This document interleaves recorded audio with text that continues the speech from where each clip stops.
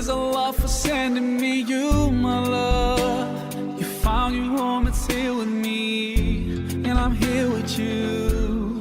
Now let me let you know, you've opened my heart. I was always thinking that love was wrong, but everything was changed when you came along.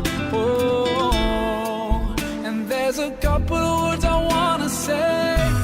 For the rest of my life, I'll be with you, I'll stay by your side, honest and true till the end of my time. I'll be loving you for the rest of my life, through days and nights. I'll thank Allah for opening my eyes, now and forever. I'll be there for you. I know it deep in my heart. I feel so blessed when I think of you, and I ask Allah to bless all we do. You're my wife and my friend and my strength, and I pray we're together in Jannah. Muka surat 643. Auzubillahi minasyaitanir rajim. Assalamualaikum warahmatullahi wabarakatuh. Muaz bin Jabal radhiyallahu taala anhu berkata, Nabi sallallahu alaihi wasallam bersabda, Salasatun humul ghuraba fid dunya, Al-Qur'anu fi jawfiz zalim, wal rajulu salih fi qaumin su'i, wal mushaf fi baitin la yuqra'u fihi. Tiga perkara yang asing di dunia ini. Nabi kata ada tiga benda, tiga perkara yang asing di dunia ini. Pertama sekali, Al-Quran dalam dada seorang yang zalim. Al-Quran tu dia duduk dalam kalangan orang-orang yang zalim. Yang keduanya, orang soleh di tengah kaum yang jahat. Dan yang ketiganya, Al-Quran di dalam rumah yang tidak dibaca. Jadi pertama sekali yang dikatakan asing di sini ialah Quran duduk dalam dada orang zalim. Mana boleh Al-Quran itu duduk dalam dada orang yang zalim. Dan ini banyak berlaku. Dan zalim di sini bukan macam yang kita faham sembelih orang, tembak orang, tak. Zalim itu sendiri tafsiran dia banyak. Meletakkan satu bukan pada tempat dia pun dikira zalim, tidak adil. Baik. Jadi di sini kalau kita tengok kepada Al-Quran, memang orang zalim dia tak ada apa Al-Quran pun. Dia jadi jahat, jenis jahat zalim, bunuh orang ke apa benda tu, memang dia tidak ada Al-Quran dalam dada dia. Mungkin ada orang panggil dari dalam 1000 tu ada satu orang yang mana dia hafal Quran tapi dia bertindak zalim. Tapi yang dikatakan zalim ini ialah mengkhianati ilmu dia sendiri. Belajar agama, dia khianat dengan ilmu agama yang ada dalam diri dia. Dia belajar Al-Quran, tafsir apa benda, tindakan dia, tutur bicara dia tak sama dengan ilmu yang dia belajar.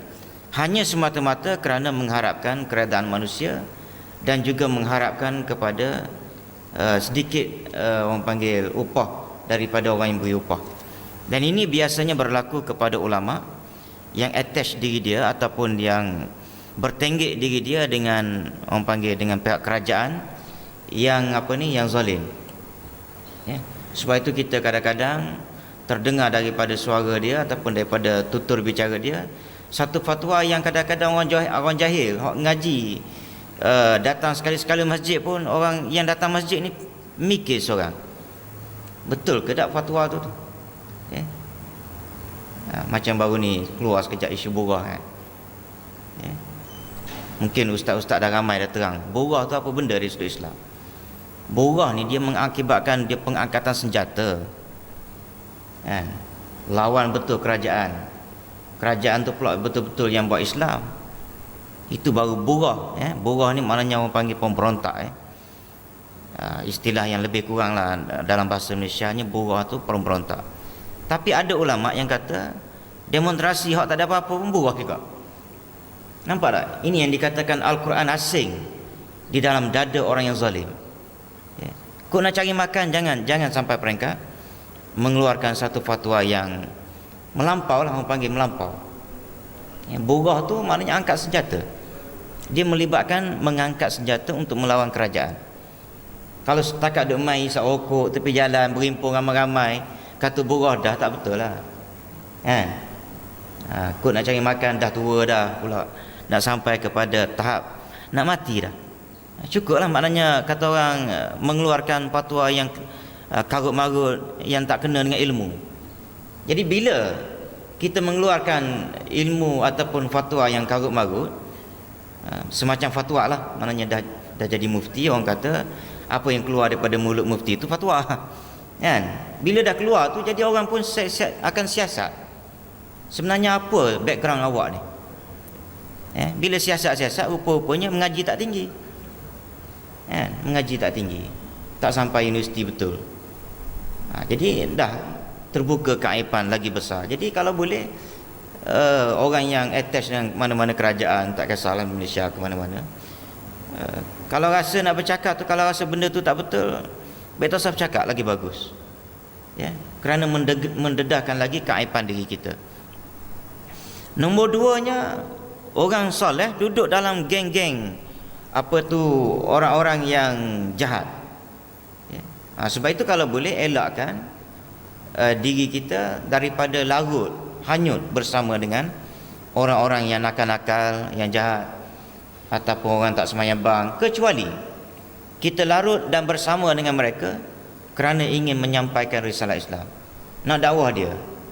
Ada ruang sikit bercakap, jom kita pergi masjid, itu tak apa. Tapi kalau hanyut sampai orang panggil, ialah hanyut sampai diri dia tu pun jadi hanyut juga, itu kalau boleh elakkan. Dan kalau itu berlaku, maka itulah yang dikatakan asing. Asing ni maknanya pelik. Awak orang baik duduk dalam kalangan orang jahat. Macam Quran, apa tu, duduk dalam dada orang yang zalim. Awak ulama, tapi awak bertindak tak ikut cara yang sebenarnya. Perangai, tutur bicara. Jadi terasinglah maknanya Al-Quran tu duduk dalam dada orang yang macam tu. Nombor dua, terasinglah orang soleh duduk di kalangan orang-orang yang jahat. Kesian kat dia, asing. Orang asing ni kita kesian kat dia. Baik. Nombor tiga, Al-Quran dalam rumah yang tidak dibaca. Al-Quran ada dalam rumah tapi anak tak baca. Patut-patutnya pak baca. Pak pun tak baca, mak tak baca, anak tak baca. Quran ada 2-3 biji dalam rumah. Jadi hak ni kalau boleh elakkan. Biar Al-Quran itu orang panggil, ialah kalau tidak anak pun pak yang baca, ataupun mak sentuh baca 2-3 ayat. Biar anak tu sendiri mendengar bacaan ayat Al-Quran daripada ayah dia sendiri. Dia akan sampai satu peringkat anak tu pun mikir kehidupan ayahku masa dia hidup dulu. Paling tidak dia akan mikir tu setelah ayah dia mati. Jadi dia akan berfikir, masa ayah aku hidup dulu selalu baca Quran. Aku tengok dia baca pula merangkak-rangkak, tak pandai sangat pun, tapi dia baca. Jadi anak dia akan ingat benda tu, dia akan buat bila pak dia tak ada. Mungkin masa kita ada ni, dia tak baca, dia buat degil dia. Tapi bila dia, ayahnya mati, maknya mati, dia tersentuh, dia akan ingat balik, flashback apa yang telah dilakukan, kebaikan yang telah dilakukan oleh ayah dan mak dia. Wallahualam.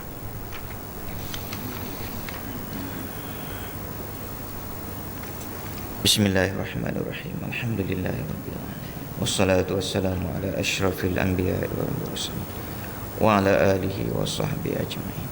Allahumma ighfir lana dhunubana wa liwalidina warhamhum kama wa li jami'il muslimina wal muslimat al ahya'i Allahumma ja'alna minal ladzina yastami'una al-qawla fayattabi'una ahsana.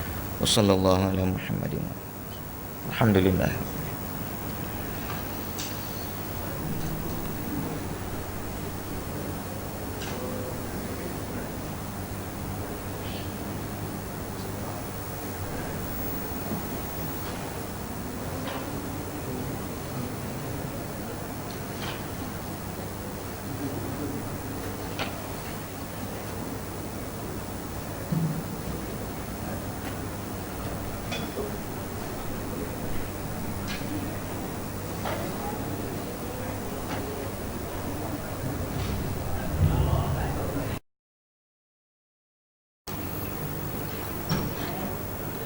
Muka surat 643.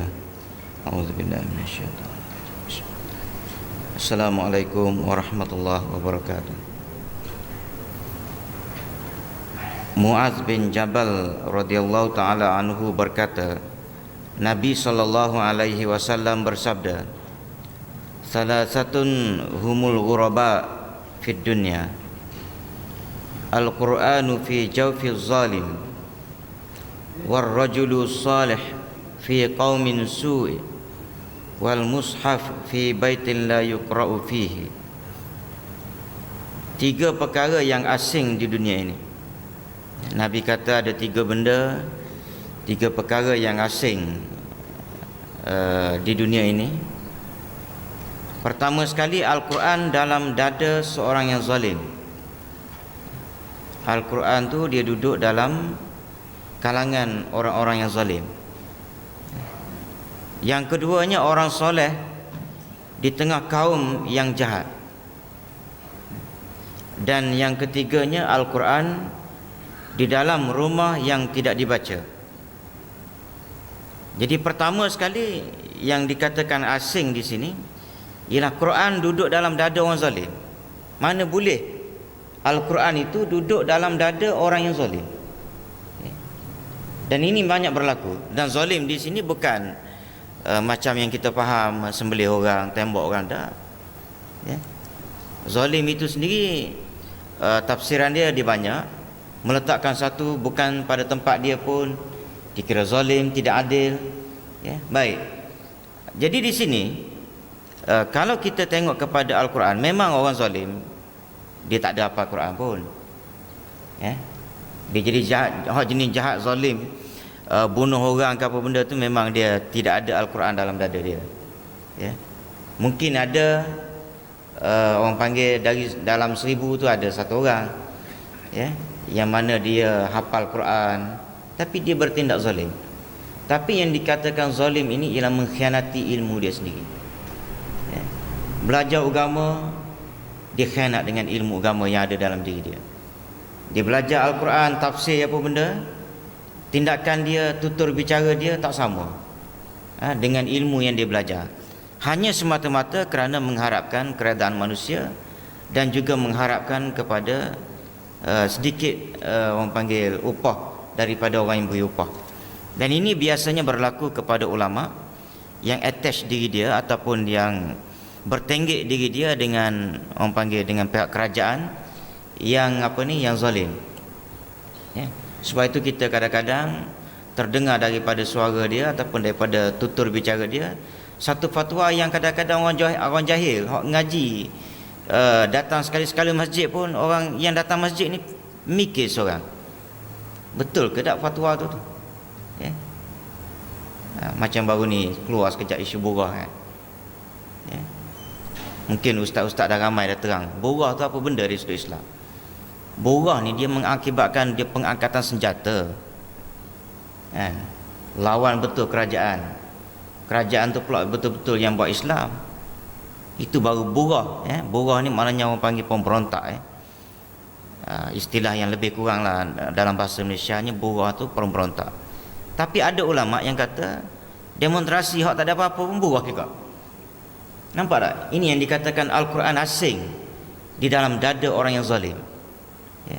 Kau nak cari makan, jangan sampai peringkat mengeluarkan satu fatwa yang melampau lah, orang panggil melampau. Ya, burah tu maknanya angkat senjata.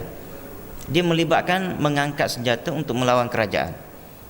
Kalau setakat duk main isap rokok tepi jalan berimpun ramai-ramai, kata buruh dah, tak betul lah. Kan? Kut nak cari makan dah tua dah pula, nak sampai kepada tahap nak mati dah. Cukuplah, maknanya kata orang mengeluarkan fatwa yang karut-marut, yang tak kena dengan ilmu. Jadi bila kita mengeluarkan ilmu ataupun fatwa yang karut-marut, semacam fatwa lah, maknanya dah jadi mufti, orang kata apa yang keluar daripada mulut mufti itu fatwa. Kan? Bila dah keluar tu, jadi orang pun akan siasat. Sebenarnya apa background awak ni? Bila siasat-siasat, rupa-rupanya mengaji tak tinggi. Mengaji tak tinggi, tak sampai universiti betul. Jadi dah terbuka keaiban lagi besar. Jadi kalau boleh, orang yang attach dengan mana-mana kerajaan, tak kisahlah Malaysia ke mana-mana, kalau rasa nak bercakap tu, kalau rasa benda tu tak betul, baik tak usah bercakap, lagi bagus. Kerana mendedahkan lagi keaiban diri kita. Nombor duanya, orang soleh duduk dalam geng-geng orang-orang yang jahat. Sebab itu kalau boleh elakkan diri kita daripada larut, hanyut bersama dengan orang-orang yang nakal-nakal, yang jahat, ataupun orang tak semayang bang, kecuali kita larut dan bersama dengan mereka kerana ingin menyampaikan risalah Islam, nak dakwah dia. Ada ruang sikit cakap, jom kita pergi masjid, itu tak apa. Tapi kalau hanyut sampai orang panggil, ialah hanyut sampai diri dia tu pun jadi hanyut juga, itu kalau boleh elakkan. Dan kalau itu berlaku, maka itulah yang dikatakan asing. Asing ni maknanya pelik. Awak orang baik duduk dalam kalangan orang jahat. Macam Quran, apa tu, duduk dalam dada orang zalim. Awak ulama, tapi awak bertindak tak ikut cara yang sebenarnya. Perangai, tutur bicara. Jadi terasinglah, maknanya Al-Quran tu duduk dalam dada orang yang macam tu. Nombor dua, terasinglah orang soleh duduk di kalangan orang-orang yang jahat. Kesian kat dia, asing. Orang asing ni kita kesian kat dia. Baik. Nombor tiga, Al-Quran dalam rumah yang tidak dibaca. Al-Quran ada dalam rumah tapi anak tak baca. Patut-patutnya pok baca tak? Pok pun tak baca, mak tak baca, anak tak baca. Quran ada 2-3 biji dalam rumah. Jadi hak ni kalau boleh elakkan. Biar Al-Quran itu orang panggil, ialah kalau tidak anak pun pok yang baca, ataupun mak sentuh baca 2-3 ayat. Biar anak tu sendiri mendengar bacaan ayat Al-Quran daripada ayah dia sendiri. Dia akan sampai satu peringkat anak tu pun mikir kehidupan ayahku masa dia hidup dulu. Paling tidak dia akan mikir itu setelah ayah dia mati. Jadi dia akan berfikir, masa ayah aku hidup dulu selalu baca Quran. Aku tengok dia baca pula merangkak-rangkak, tak pandai sangat pun, tapi dia baca. Jadi anak dia akan ingat benda tu, dia akan buat bila pok dia tak ada. Mungkin masa kita ada ni, dia tak baca, dia buat degil dia. Tapi bila dia, ayahnya mati, maknya mati, dia tersentuh. Dia akan ingat balik, flashback, apa yang telah dilakukan, kebaikan yang telah dilakukan oleh ayah dan mak dia. Wallahualam.